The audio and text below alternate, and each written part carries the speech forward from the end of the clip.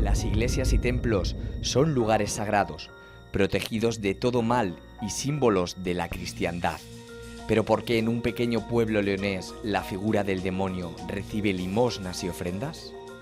La gente va al ángel de la guarda y le echa unas monedas al ángel y otras al demonio. Con Dios hay que estar de bien, con el demonio tampoco se puede estar de mal. Les preguntaba y todos tres me contestaban igual, que no serían ellos que lo volviesen a sacar. Madrigal de las Altas Torres es conocido por su vinculación con la reina Isabel la Católica, pero siglos después de su nacimiento, los muros de San Nicolás de Bari fueron testigos de un desesperado exorcismo. Y lo que sentí es un escalofrío, una sensación extraña. Gente como yo, que hemos estado 11 años de monaguillos, pues ni siquiera se nos dijo en ningún momento lo que había sucedido dentro de la iglesia. Para más purificarla la entraron espíritus, que la atormentaron por 10 meses. Eso actualmente todo lo llamamos exorcismo. José Zorrilla es uno de los poetas más relevantes de España, pero tras el genio, un mundo esotérico y misterioso se escondía. Aún hoy, el fantasma de su abuela ronda la casa natal del maestro.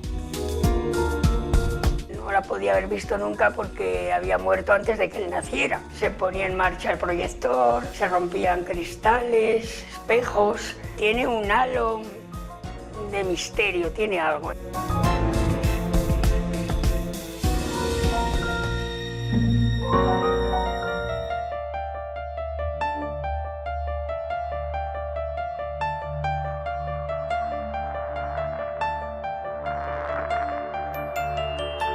Fue lanzado fuera aquel gran dragón, la serpiente antigua que se llama Diablo y Satanás, el la cual engaña a todo el mundo. Fue arrojado en tierra y sus ángeles fueron arrojados con él. Así narra la Biblia la expulsión del más conocido de todos los ángeles caídos, Lucifer, el portador de luz. Considerado el ángel de la perfección, un ángel lleno de sabiduría y acabado de hermosura, pero tan lleno de soberbia que quiso ocupar el puesto de Dios, un ser venerado por unos, temido por otros. Y que aquí, en un pequeño lugar escondido en la Sierra de los Ancares, tiene un altar y, por supuesto, una leyenda. Esto es Parajís, uno de los 18 barrios de Balboa, el lugar que une Castilla y León con Lugo. Una tierra de batallas entre señores y vasallos, donde, como dicen sus gentes, se escribe en castellano, se habla en gallego y se piensa como se quiere. Un espacio de leyendas y en el que sus payozas comparten protagonismo con una desconocida e inquietante escultura escondida entre castaños centenarios. Odemín. ¿Qué relación tiene Balboa con el demonio? Tiene una relación cuando menos muy curiosa. No es un ser abyecto al que haya que despreciar, es alguien que convive, que tiene su presencia y que forma parte de un todo. Lo demuestra bien ahí donde está, en la ermita de Parajís. Es una cuestión de reconocimiento respetuoso. La gente cuando sube a la ermita, ¿a quién pide? La gente va al ángel de la guarda y le echa unas monedas al ángel y otras al demonio. Hay un refrán aquí que dice que con el ángel te tienes que llevar bien y con el demonio no debes llevarte mal. Se llama el demonín, cariñoso, pobrín, es un demonín, ¿qué le vamos a hacer? Se le tiene un cariño por lo poco que es. Pocas iglesias en el mundo albergan en su interior la figura de un demonio. En Francia, Asmodeo da la bienvenida al visitante en la iglesia de Santa María Magdalena en Gennes-le-Château. En España, hasta hace poco, se decía que esta era la única escultura del ángel caído que existía. Reposa en Madrid, en el Parque del Retiro. Odemín ha pasado durante muchas décadas desapercibido, porque quizá muy pocos se habían perdido por el Bierzo en un viaje hacia lo más profundo de esta comarca, donde la naturaleza marca el ritmo de la vida. esto es Balboa. Balboa es un paraíso que está dentro de los Ancares leoneses, muy cerquita de Ponferrada. Dentro de Bierzo también es Ancares. Somos una población bastante reducida, estamos a la orden de 300 habitantes. A pesar de ser muy pocos, tenemos 17 pedanías. Tenemos que ver las payozas, tenemos que ver la Casa de las Gentes, el auditorio, todos los municipios en general, y sobre todo tenemos en Balboa un demonio que no existe en ninguna otra parte dentro de una iglesia. Ver dentro de una capilla al ángel custodio y al demonio al lado. ¿Pero qué es antes, Balboa o el demonio? Bueno, dicen aquí que el demonio ya estaba antes de los mouros, una figura de la cultura popular de aquí que enlaza en la noche de los tiempos. ¿Se tiene fecha o no se tiene fecha? No, yo creo que yo por lo menos no conozco una fecha concreta. Parece ser por historiadores que es anterior a esta iglesia, siglo XIII, siglo XIV. La fecha de la llegada del Demín es un misterio. El cuándo es una pregunta a la que nadie sabe o nadie quiere responder. El quién talló esta obra también es una incógnita. Un dicho popular asegura que esta figura ya rondaba por aquí antes del tiempo de los brujos. Pero hay otra cuestión que me inquieta aún más. ¿Qué hace el más despreciable de los ángeles, el símbolo del mal y las tentaciones, en un lugar sagrado? Con la mochila cargada de muchas respuestas, pero también de muchas incógnitas, rehago el camino que cada 2 de octubre realizan los vecinos de la zona. La fecha que el Papa Paulo V eligió en el siglo XVI para celebrar el Día de los Ángeles Custodios. Va todas las madres con los niños para que el ángel de la guarda los guarde. Los proteja. Aquí vamos del ángel de la guarda. Los abuelos ya nos llevaban... A mí ya digo que por la mano desde que era así, ¿eh? Mi suegro nunca cerraba aquí el establecimiento, jamás. Pero el día de Parajís a la mañana...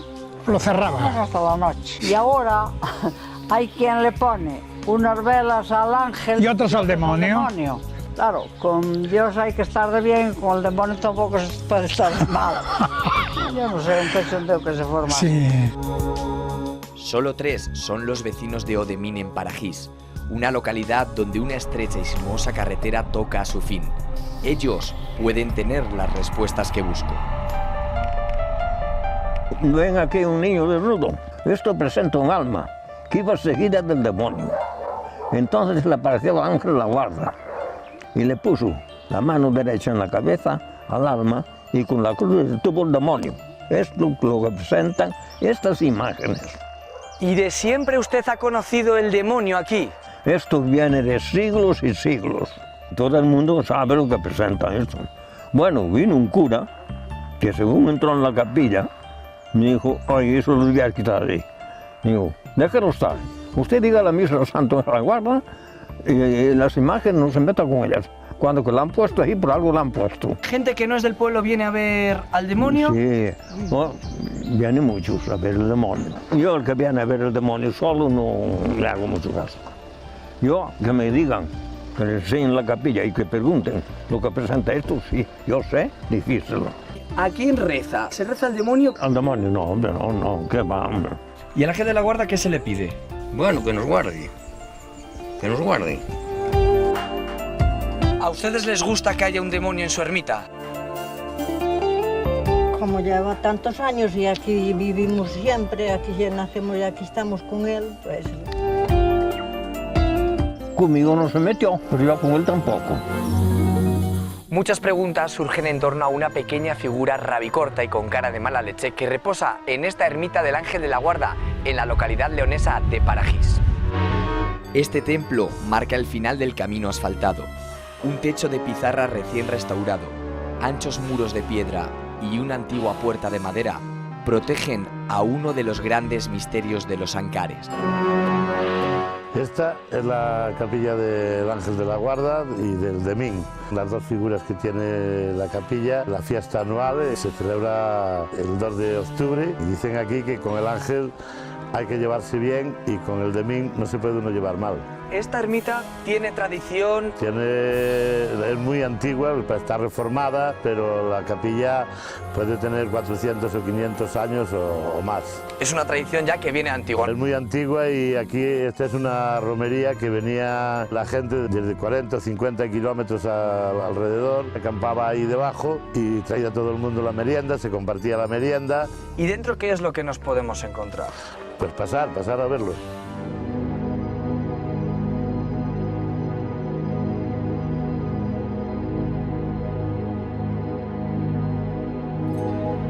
Tiene estas dos figuras que veis, el ángel de la guarda y el Demín.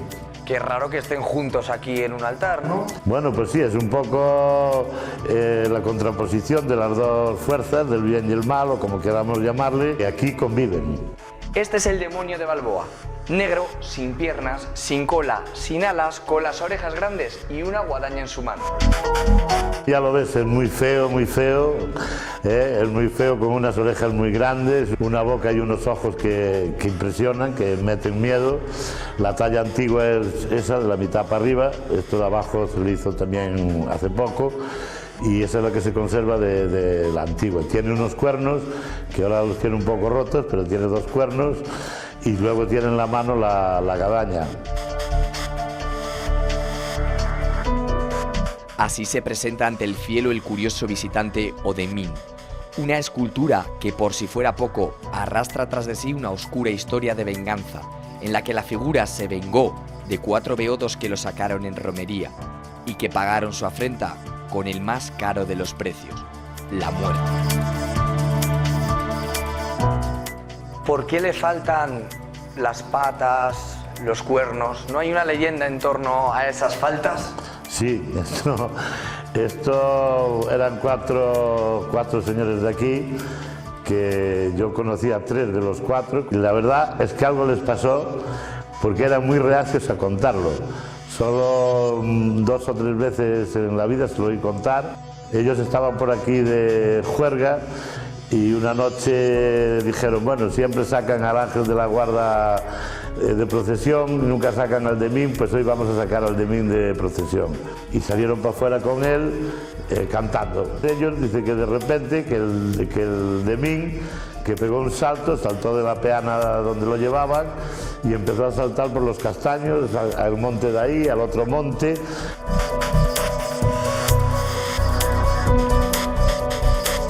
Cayeron los 4 en tierra, aterrorizados, y en uno de los saltos se puso al lado, y al ponerse al lado se echaron encima de él y lo cogieron y lo metieron para adentro. Y dicen que les anunció que los 4 tendrían una muerte que no sería natural. Y efectivamente, los 4 murieron de muertes raras. Nos lo contaban, pero asustadísimos, quedaron para siempre. Cuando bajaron a por el demonio, se le rompieron un brazo. Y lo volvieron a subir. Pero ellos cogieron un miedo terrible. Joder, no le volvieron a tocar. Habían soplado de la bebida, claro, y posiblemente iban en procesión, pero en plan cachondeo, no. Y en el cachondeo que llevaban les cayó, y aquello es así de pendiente. Conocí a todos 3. Les preguntaba y todos 3 me contestaban igual, que no serían ellos que lo volviesen a sacar.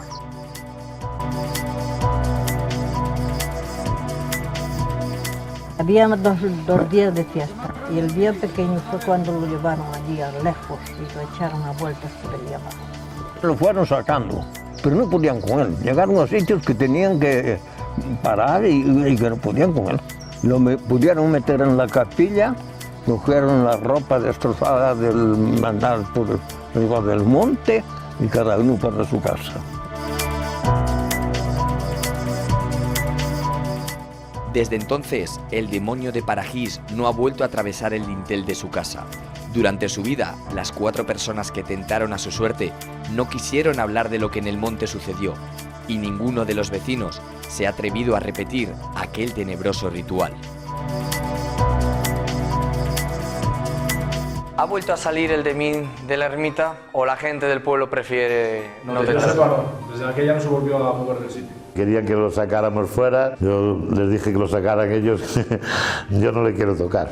Yo con este señor no quiero más tratos. Las gentes del pueblo pues tienen una relación cariñosa con las dos figuras y de mucho respeto, y de hecho, como podéis ver, pues dejan limosna a las dos tallas. ¿Sois conscientes de que es la única talla del demonio en una iglesia en España? Sí, vienen gente estudiosos de estas cosas, vienen a verlo porque creo que hay alguno más en alguna catedral, pero así en un sitio pequeño creo que es la única que se mantiene en el tiempo, porque un papa que las prohibió desde el siglo XI creo que no las hay, pero esta de alguna manera supervivió y aquí está. ¿Se sabe por qué está aquí? No. Este tipo de tallas, en teoría, pues pertenecían a un conjunto mayor. Recuerden, no tienten al demonio, y si alguna vez pasa por Balboa, hacer que sea para Gis y haga una visita al demonio de su ermita, porque como dice el refrán castellano, hay que tener amigos hasta en el infierno.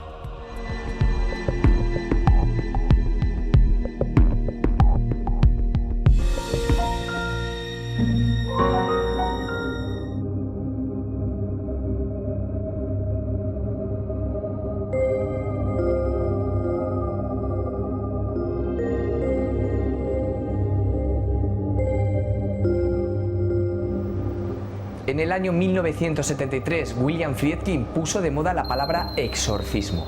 Los 122 minutos que duraba su película de terror hicieron que por vez primera, en torno a esta palabra, la ficción y la realidad se dieran la mano.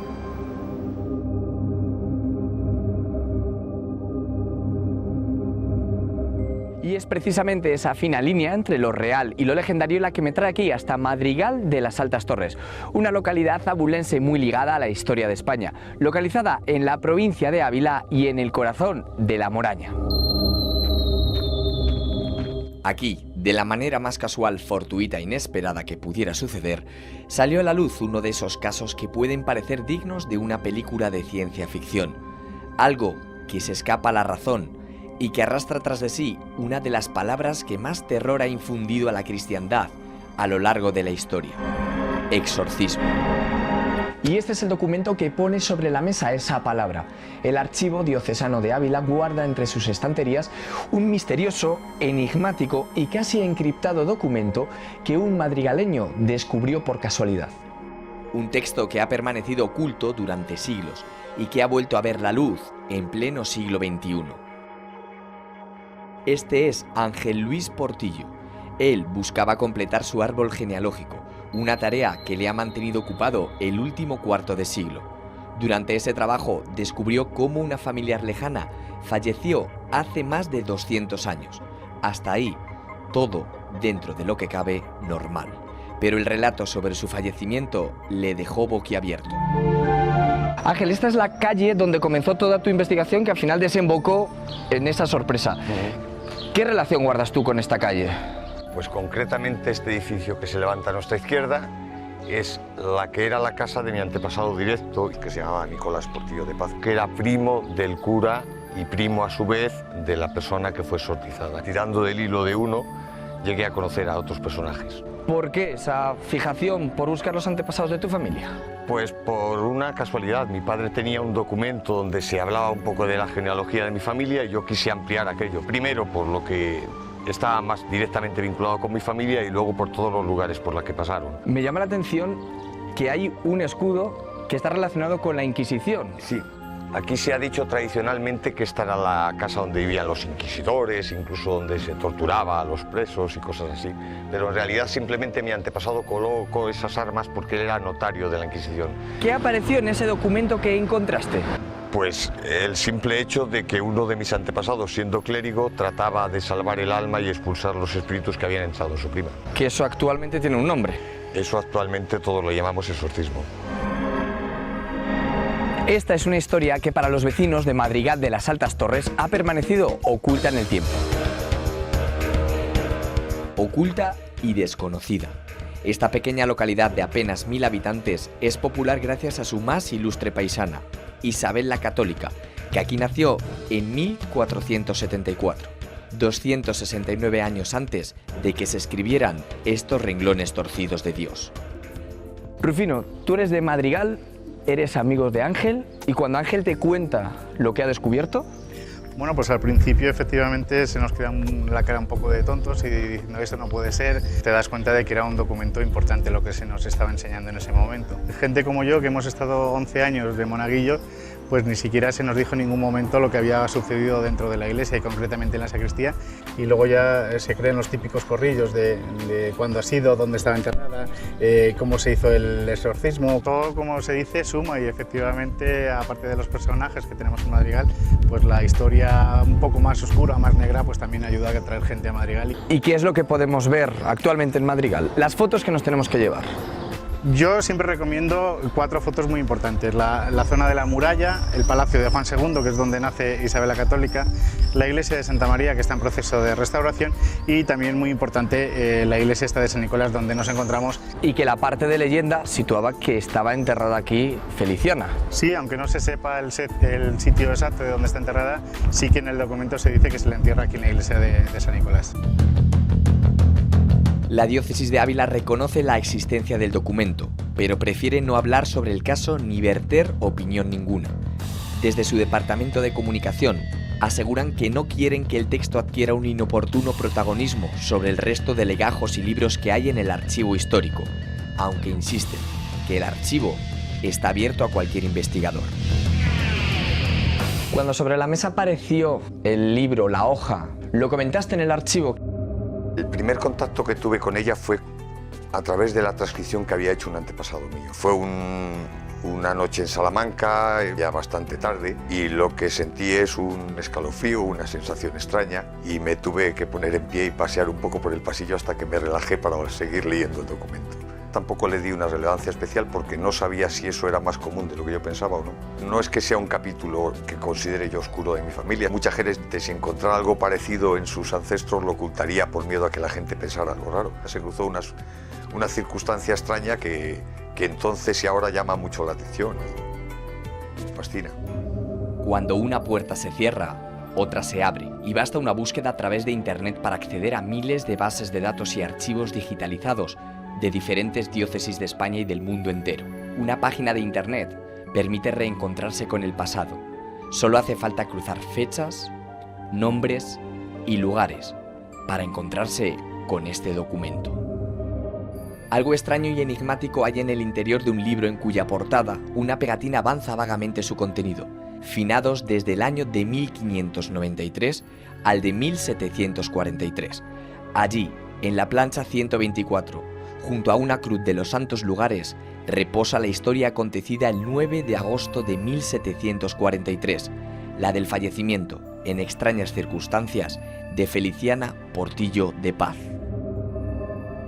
Aquí tenemos la página 124 de ese libro que tú te encuentras, pero ¿por qué te llama la atención? ¿Qué llama la atención sobre todo de este texto? Lo primero que me llamaría la atención es la longitud poco habitual de la partida de función. Al margen se ve claramente 2 notas que llaman mucho poderosamente la atención. Una, el decir ojo, y el poner debajo caso singular. A la propia persona que escribió este texto ya en su momento le parecía que no era habitual. ¿Qué nos encontramos en estas líneas? ¿Qué hay? La partida de defunción de una persona, lo que pasa es que en este caso se hace mucho más larga porque hablan de la situación especial en la que llegó esa muerte.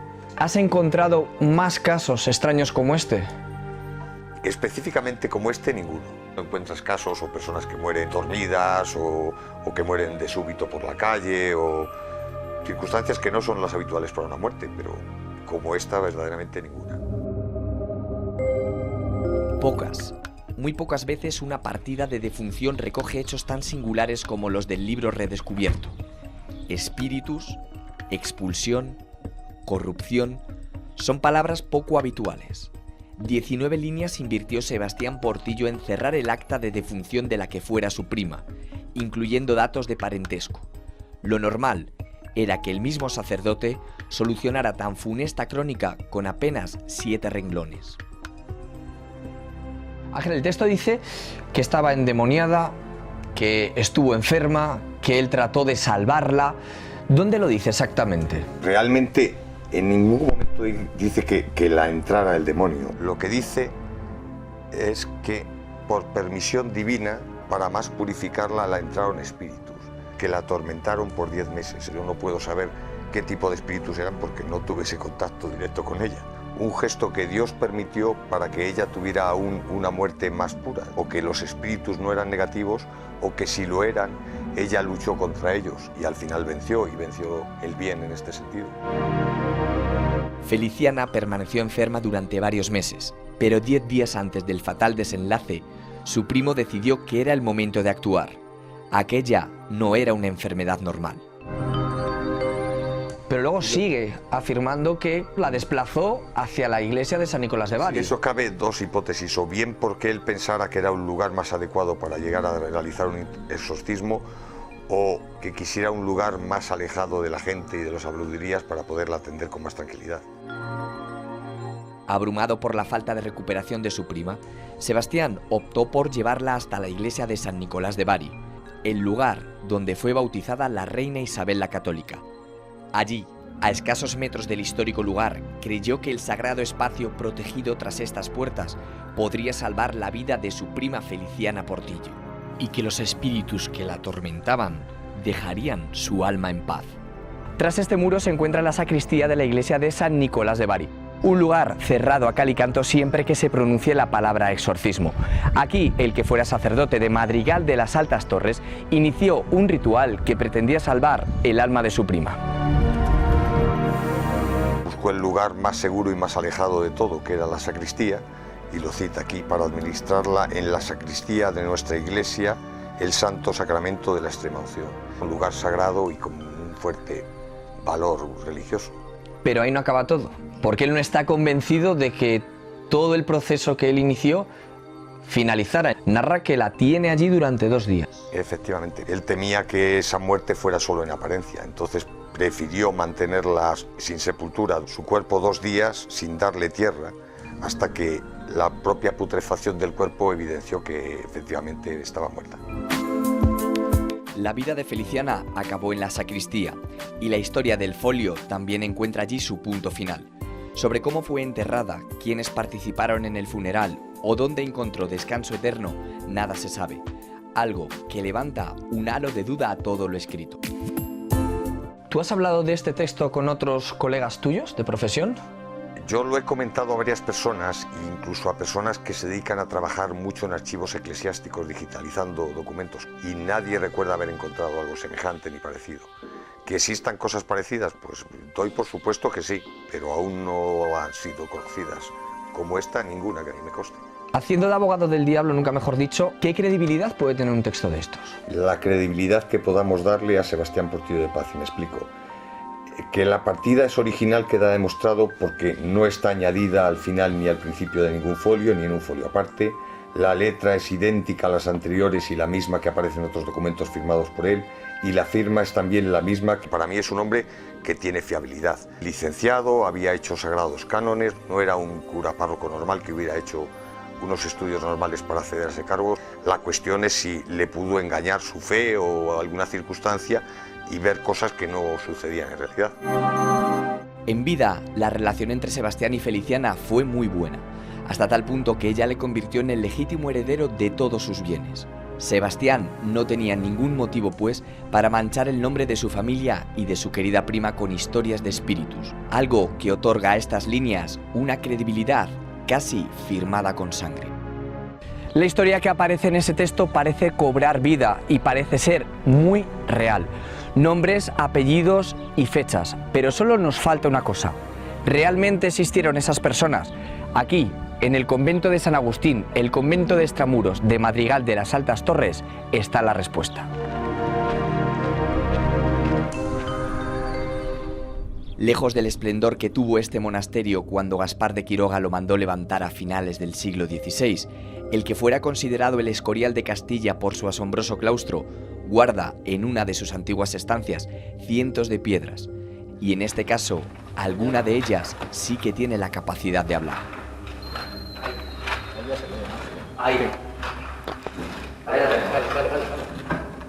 A los hombres, me va a resistir a mi alma. Esta es la piedra que sustenta que todo lo que hemos leído y lo que nos has contado, al menos los personajes, existieron. ¿Qué es exactamente? Es la base de una cruz. Diferentes miembros de familias de Madrigal donaron la ejecución de alguna de esas cruces y hacían firmar con sus nombres sobre la piedra para que se supiera que las habían puesto ellos. ¿Qué podemos leer aquí?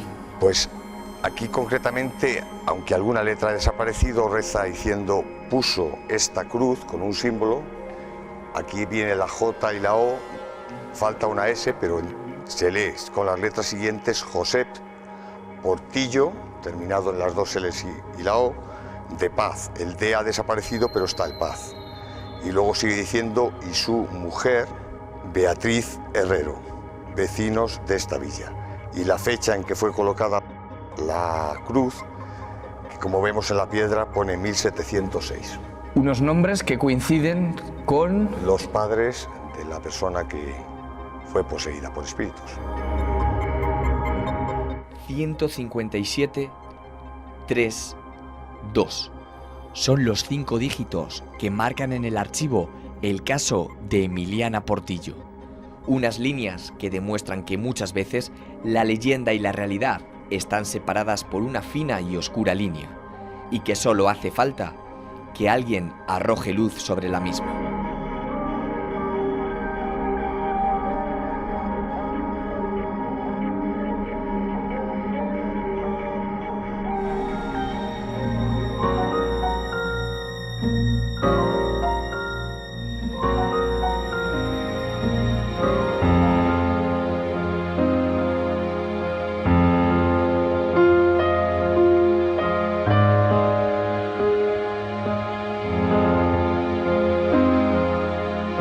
La vida de José Zorrilla se apagó en el año 1873, cuando contaba con 75 años. Este fue su escritorio y esta su silla. Aquí en este mismo lugar, el que fuera coronado poeta nacional, miembro de la Real Academia y cronista oficial de Valladolid, escribió miles de líneas. Algunas claras y otras misteriosas sobre apariciones y hechos que caminan sobre la fina línea que separa a lo real de lo imaginario. Muchos de esos acontecimientos fantásticos sucedieron en su casa natal, en la ciudad de Valladolid, un lugar rodeado de misterios hechos literatura desde el mismo momento en que José Zorrilla nació. Esta es la cama donde nació José Zorrilla. Tuvo un nacimiento un poco especial, ¿no?, para la época. Sí, hombre, yo creo que fue especial toda su vida y empezó ya así con el nacimiento. Nacía con una debilidad tremenda, ¿eh? Vino al mundo muy débil, todo lo contrario de lo que luego resultó. No pudieron esperar al bautismo, que fue 12 días después. Tuvieron que recurrir al agua del socorro, como se llamaban, esos bautismos que se hacían, inmediatos. Además, un nacimiento precedido de una leyenda de un pájaro. Estaban esperando realmente muchísima gente, y estando esperando tanta gente, en el mismo momento que nació, se vio un pájaro en las tapias de esta casa. Cantó con un son muy especial, como queriendo entregar a Zorrilla el arpa de su poesía. Es decir, que el niño ya nació casi con un sino. El niño nació ya con un arpa bajo el brazo. ¿Y cómo era la familia donde nació José Zorrilla? Su padre era relator de la Chancillería del crimen y su madre era hija de un regidor también. En esta sala, ¿qué es lo que podemos ver y sentir? Esta es la auténtica cama donde nació. En realidad era el dormitorio de los padres de Zorrilla, aunque luego él lo utilizó como propio. Tenía un concepto de esta habitación mucho más triste. Él decía, en este hueco oscuro aquí nací yo, porque dicen que vine llorando. El Museo Casa Zorrilla es un lugar de letras, de historias, de recuerdos y sorpresas. Y aquí, en esta casa museo, entre cuadros, objetos de colección, relatos y libros, está uno de los relatos más enigmáticos que escribiera José Zorrilla. El de cómo, cuando él solo tenía 5 años, se le apareció su abuela Nicolasa. La leyenda de la abuela Nicolasa no es un mito etéreo, sino que está recogido en un libro concreto. Sí, nos lo cuenta el propio José Zorrilla, lo recuerda y nos lo deja bien explicado en Recuerdos del Tiempo Viejo, el capítulo 31, la entrega 31 de Recuerdos del Tiempo Viejo, que es una obra de madurez. Se publicó por entregas en un periódico barcelonés, El Imparcial. Una especie de propina que le dieron los editores a Zorrilla, porque Zorrilla andaba siempre mal de dinero. ¿Es este libro? Recuerdos del Tiempo Viejo, sí. Es una preciosidad, además es un libro para conocer a Zorrilla fantástico. ¿Cómo era el Zorrilla de aquella época? Era una persona ya mayor, con mala salud también, casado con una mujer que le cuida y que es mucho más joven que él. Segundas nupcias, que las primeras salieron mal. Sí, salió un poquillo mal. ¿Qué narra esta leyenda? Es una historia que él recuerda de cuando era niño, narra cómo conoció, cómo vio, cómo tuvo la visión, cómo se encontró con su abuela Nicolasa en una dependencia de esta casa. Os puedo leer una primera línea si quieres. Dice: en el aposento de la antesala, frontero al vano de la escalera, había, cuando yo era niño, una cama y un sillón que nadie ocupaba. En una de mis vueltas creí ver a alguien en el sillón de brazos y, suponiendo que sería Viviana, que dormía también su siesta a escondidas de mi madre, empujé y abrí del todo la puerta. Una señora de cabello empolvado, encajes en los puños y ancha falda de seda verde, a quien yo no había visto nunca, ocupaba efectivamente el sillón y con afable pero melancólica sonrisa me hacía señas con la mano para que me acercase a ella.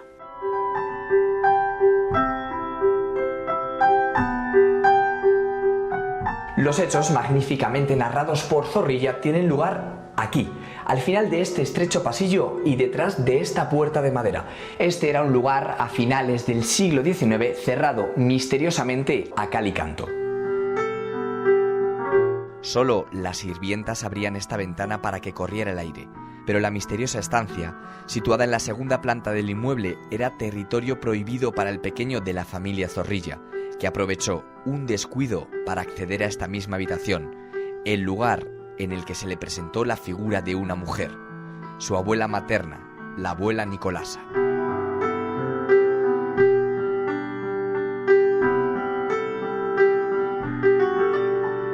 Esta es la habitación donde desapareció la abuela Nicolasa, pero en aquella época, Ángela, ¿qué era esta habitación?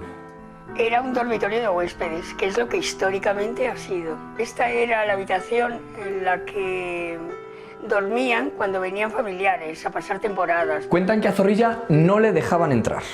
No, esta era una habitación un poco tabú. Dice Zorrilla, ya de mayor, que es probable que aquí hubiera habido alguna muerte. Estaba cerrada a cal y canto. Y un día, en un descuido de una de las niñeras, se coló Zorrilla y tuvo esa visión, que él estaba en un sillón, prácticamente el sillón estaba aquí, una mujer que tenía un vestido verde y los cuellos eran blancos y los puños también, y que le habla que él podría sentir el aliento, que le dice que es su abuela, que la quiera mucho. ¿Quiénes vivían realmente en esta casa? En esta casa vivían sus padres, su tío, un canónigo que vivía con ellos, y la nodriza Viviana y la roya Dorotea. ¿Y esta habitación tiene algo de especial para los que trabajáis aquí? Sí, tiene un halo de misterio, tiene algo, ¿eh? Algo especial tiene, que arrastra un poco, ¿eh? No sé si es que estamos ya un poco, como ya sabemos lo que ha ocurrido, pero algo tiene, algo hay. ¿La gente dice que siente algo cuando la visita? La gente lo dice cuando entra en la casa, simplemente transportarse a este ambiente romántico de una casa del siglo XIX ya es un aliciente, eso, para bueno, saber que estás en otro ambiente, que has salido de tu propio universo y te has metido en otro tiempo. Tras la aparición de aquella misteriosa mujer, el pequeño José Maximiliano corrió a decírselo a su madre, Nicomedes Moral, que al acceder a la sala la vio completamente vacía.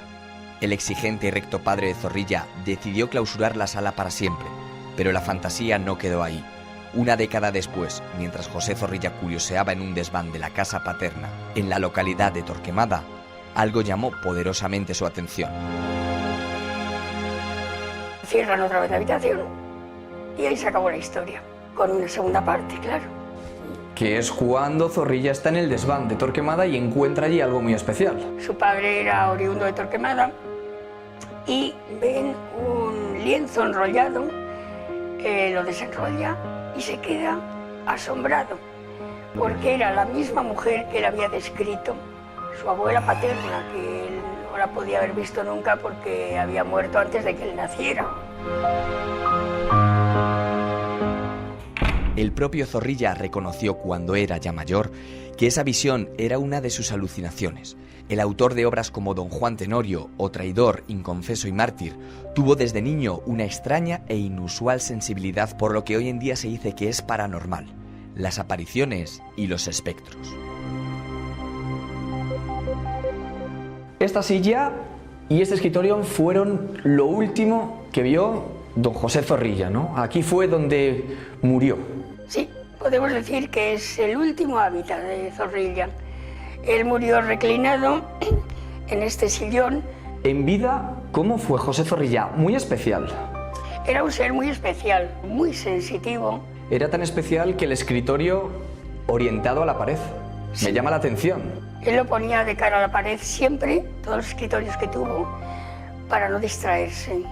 Decía que era una manera de concentrarse. ¿Y de dónde le puede venir esa sensibilidad por lo no terrenal? Bueno, yo creo que eso forma parte de la época. Casi todas las obras románticas tienen, el final de su obra termina así, con algo que es sobrenatural y que resuelve. La infancia de Zorrilla estuvo marcada por la religiosidad de su madre. Ella llevaba a su único hijo todos los días hasta la iglesia de San Martín, a apenas 100 metros de su hogar, el mismo lugar donde José Zorrilla recibió el sacramento del bautismo. En esta pila bautismal de la capilla de San Juan Bautista, José Zorrilla recibió el sacramento del bautismo en el año 1817. Y dicen que aquí, en esta iglesia de San Martín en Valladolid, fue donde la mente del poeta comenzó a tomar forma. Y fue gracias a las imágenes de este retablo situado en el altar mayor.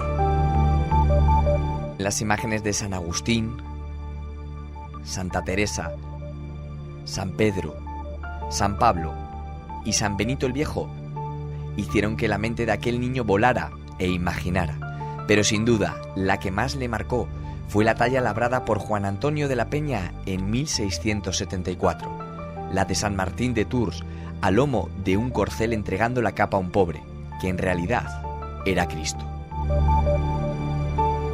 Contó Zorrilla que cuando tenía 5 años, ese caballo se apareció bajo la ventana del cuarto principal, y el jinete era el demonio que reposaba en San Martín, bajo los pies de un San Miguel ya desaparecido. ¿Qué se sabe acerca de esa misteriosa aparición? Pues se saben muchísimas cosas. Mientras su madre escuchaba la misa, él iba introduciendo en su cerebro todos los elementos que veía en la iglesia. Y luego, claro, ocurrían cosas. Estando sentado en este balcón donde está junto a la placa de nacimiento de Zorrilla, él vio a un hombre muy fuerte, de piel muy oscura y unos ojos muy blancos y unos dientes blanquísimos. Le dijo a su madre que había visto al caballo de San Martín sobre el diablo de San Miguel. ¿Esa religiosidad que le inculcaron pudo ser precursora luego de su fantasía? Él dice que todas esas fantasías las vivió al lado de su madre y escuchando las conversaciones de su padre. La actual Casa Zorrilla sufrió un proceso de restauración en el año 2007, momento en el que la estancia donde se apareció la abuela Nicolasa quedó fuera del circuito oficial de visitas, vacía y usada como almacén.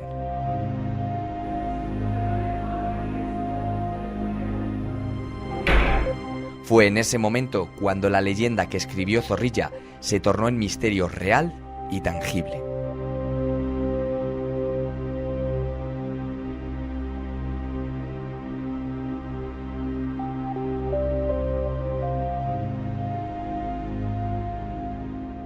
Ángela, en el 2007 esta puerta queda cerrada y suceden cosas. ¿Por qué se cierra la puerta?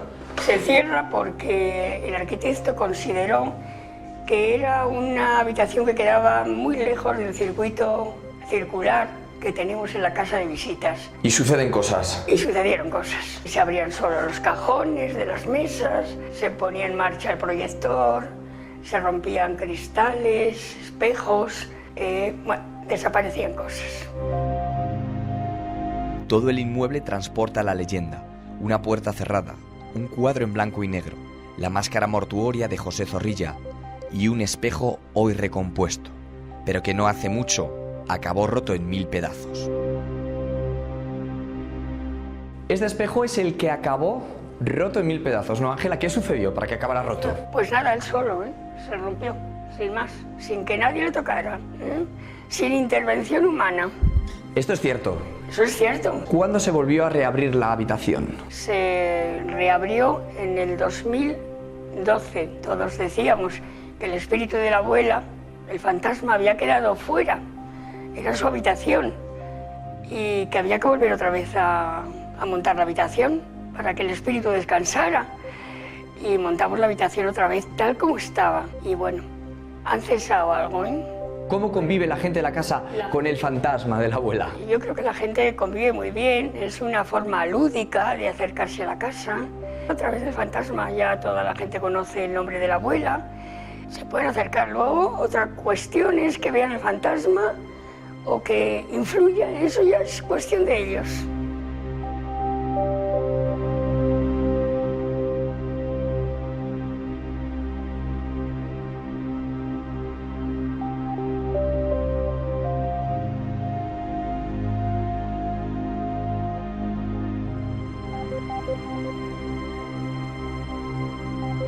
Hoy, todas las puertas de esta casa permanecen abiertas de par en par para hacer más grande a la figura del insigne escritor.